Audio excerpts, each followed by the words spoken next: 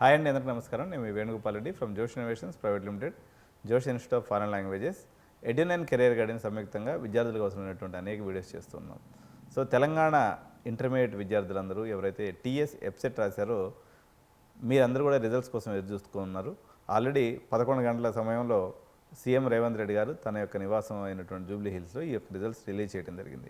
ఇందులో ఉన్నటువంటి హైలైట్స్ ఏందనేది ఈరోజు మనం ఈ వీడియోలో చూసేద్దాం.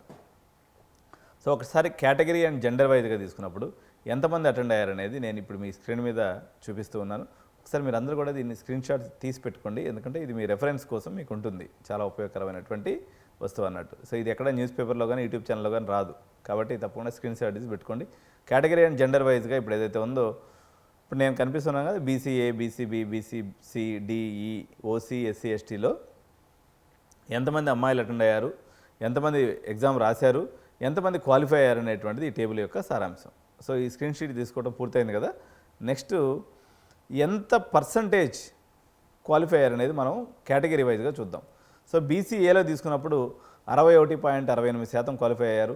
బీసీబీలో తీసుకున్నప్పుడు 66.59%, బీసీసీ తీసుకున్నప్పుడు 65.99%, బీసీడీ తీసుకున్నప్పుడు 63.21%, అదేవిధంగా బీసీఈ తీసుకున్నప్పుడు 62.51% పాస్ పర్సెంటేజ్గా ఉంది.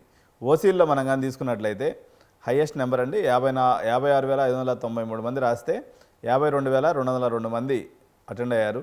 కేవలం 38,460 అంటే 73.68% మంది క్వాలిఫై అయ్యారు. ఎస్సీ ఎస్సీకి 100% క్వాలిఫై అయిపోతారు ఆటోమేటిక్గా రాస్తే, తద్వారా వాళ్ళకి 100% పాస్ అనేది రావడం జరిగింది. ఓవరాల్గా మనం తీసుకున్నప్పుడు 2,20,326 మంది ఎగ్జామ్ రాస్తే 2,07,190 మంది అటెండ్ అయ్యారు. సో 1,51,779 మంది. సో ఇది మొత్తంగా తీసుకున్నప్పుడు 73.26% క్వాలిఫికేషన్ ఓవరాల్గా ఉంది. సో ఇప్పుడు మనం తీసుకున్నట్లయితే దగ్గర దగ్గర ఒక 50,000 మంది నాట్ క్వాలిఫైడ్ అయ్యారండి.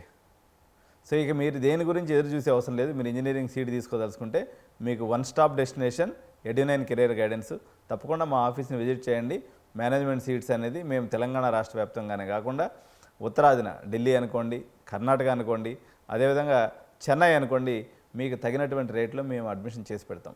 ఇంకొక ఇంపార్టెంట్ విషయం ఏంటంటే, ఇక్కడ చాలామంది నాట్ క్వాలిఫైడ్ పిల్లలు కూడా సార్ మాకు సిబిఐటీ కావాలా, వాసవి కావాలా, విఎన్ఆర్ కావాలని పేరెంట్స్ ఎప్పటికప్పుడు కాల్ చేస్తూ ఉంటారు.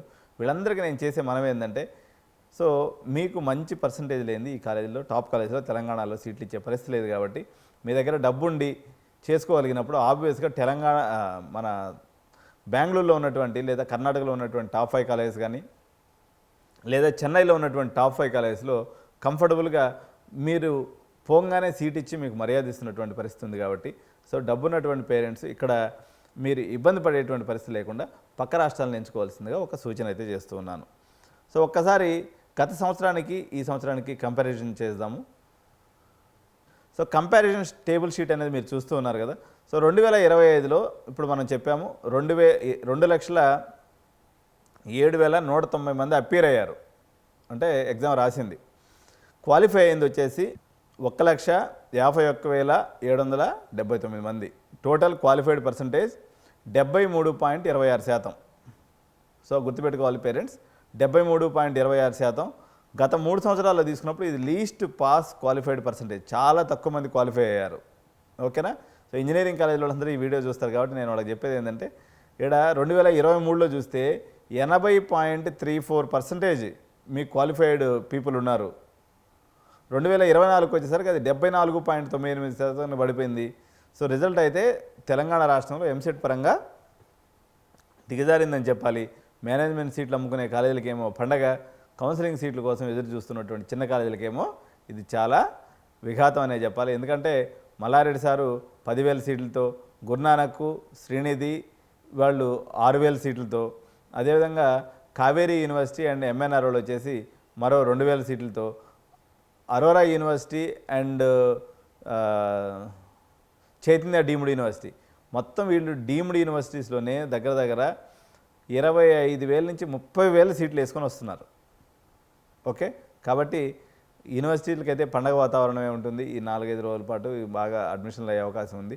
సో తక్కువ బడ్జెట్లో ఉన్నటువంటి పేరెంట్స్ కౌన్సిలింగ్ కోసం ఎదురు చూసే అవకాశం లేదు. కాబట్టి ఈ 50,000 మంది పేరెంట్స్ యూనివర్సిటీస్లో సీట్స్ తీసుకుంటే మీకు తక్కువ ఖర్చుతో డొనేషన్ లేకుండా ఫీజు తీసుకోవచ్చు. ఎంత నుంచి స్టార్టింగ్ ఉంటుంది? 1,50,000 నుంచి స్టార్ట్ అయ్యి 1,30,000 కూడా సీట్ ఇచ్చే కాలేజీలు చాలా ఉన్నాయి. కాబట్టి ఇది తెలంగాణ విద్యార్థులు పేరెంట్స్ గుర్తుపెట్టుకోవాలి. సో వెరాస్ ఇదండి. ఇప్పుడు 2024 మళ్ళీ ఒకసారి చెప్తున్నా, 74.98% పాస్ పర్సెంటేజ్ ఉంది. 2023 తీసుకున్నప్పుడు 80.34%. సో ఇంక్రిమెంట్ ఏమైనా అయిందా రాసే పిల్లల్లో తీసుకున్నప్పుడు? మనం గత సంవత్సరం తీసుకున్నట్లయితే 2,40,000 మంది రాశారు. ఈ సంవత్సరం 2,07,000 మంది రాశారు. దగ్గర 40,000 మంది పిల్లలు తగ్గిపోయారు. ఎందుకు? ఈ ఆంధ్ర పిల్లలు రాయలేదు ఈ సంవత్సరం. ఎందుకంటే వాళ్ళకి ఇక్కడ ఇది ఫీజు రీంబర్స్మెంట్ కానీ లేకపోతే కౌన్సిలింగ్లో పార్టిసిపేట్ చేసే అవకాశం మన రేవంత్ అన్న గారు ఇవ్వలేదు కాబట్టి, వాళ్ళు ఎవరు అటెండ్ అయ్యలేదు కాబట్టి న్యాచురల్గా సంఖ్య తగ్గింది. కానీ ఓవరాల్ బీటెక్ చదివే పిల్లల సంఖ్య చూసుకున్నప్పుడు అప్పటికి ఇప్పటికి సేమ్గా ఉంది. సో 2023లో వచ్చేసి ఎక్కువ మంది రాయలేదు ఆ సంవత్సరం. అందువల్ల పాస్ పర్సంటేజ్ కూడా పెరిగింది. ఎందుకంటే గత సంవత్సరంలో చూసుకున్నప్పుడు క్వాలిఫైడ్ పీపుల్ యొక్క సంఖ్య తీసుకుంటే 30,000 తగ్గిందండి. పోయిన సంవత్సరం 1,80,000 మంది క్వాలిఫై అయ్యారు. ఈ సంవత్సరం 1,51,000 మందే క్వాలిఫై అయ్యారు. అందువల్ల మీకు నేను ఇప్పుడు కంపారిటివ్ అనాలిసిస్ ఎంతవరకు ఏ ర్యాంక్ వరకు వస్తుంది అనేటువంటి షీట్ అనేది నేను ఈరోజు సిరీస్ రూపంలో చేస్తున్నాను.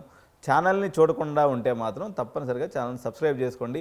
నేను చేసేటువంటి నెక్స్ట్ వీడియోస్ ఏదైతే ఉన్నాయో మా మెంబర్స్కి మాత్రమే కనిపిస్తాయి, అందరికీ కనిపించవు.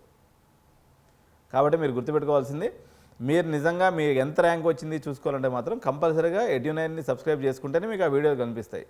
సో కాబట్టి మీరు దీని ప్రకారం చూసుకోండి. So thank you so much. జై హింద్.